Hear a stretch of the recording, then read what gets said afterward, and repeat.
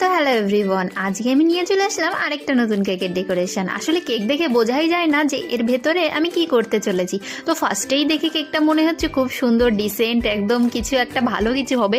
But এই কেকের মধ্যে আমাকে ডেকোরেশন একটু কমেডি টাইপ করতে বলেছিল, যেরকম বড় একটা মাছ আঁকিয়ে দিতে হবে। এবার তোমরা দেখতেই পারছো যে আমি কিন্তু খুব সুন্দরভাবেই কেকটার ফিনিশিং দিয়ে ফেলেছি। তারপর জলের যে কালার সেটা আনতে ফার্স্টে আমি একটু ডিপ ব্লু কালার দিয়েছি, তারপরে আমি দিয়েছি একটু হালকা ব্লু কালার।